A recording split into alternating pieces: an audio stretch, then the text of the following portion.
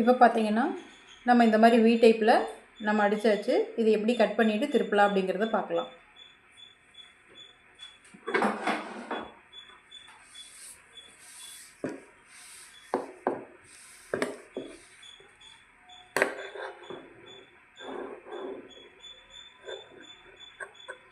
இந்த தையல்லேருந்து கொஞ்சம் 1/4 இன்ச்சுக்கு வெளியே அடிச்சு கட் பண்ணிக்கோங்க.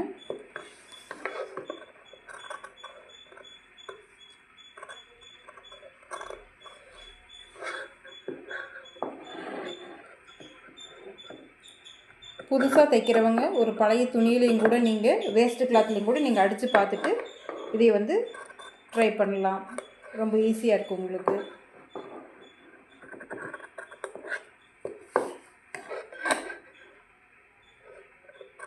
இதை ஃபுல்லாக கட் பண்ணிவிட்டு எப்படிங்கிறத காமிக்கிறேன்.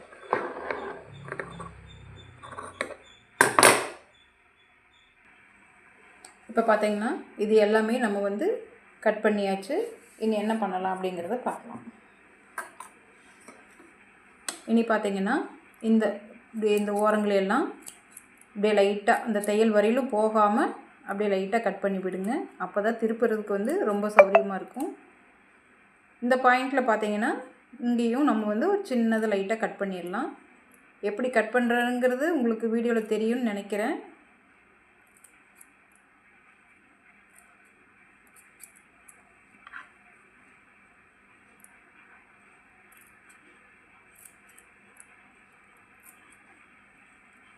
கட் பண்ணிவிட்டு பார்க்கலாம்.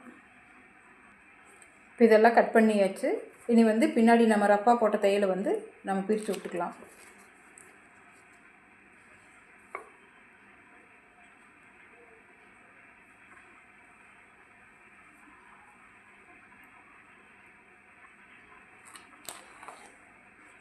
பிரிச்சுட்டு எப்படின்றத பார்க்கலாம்.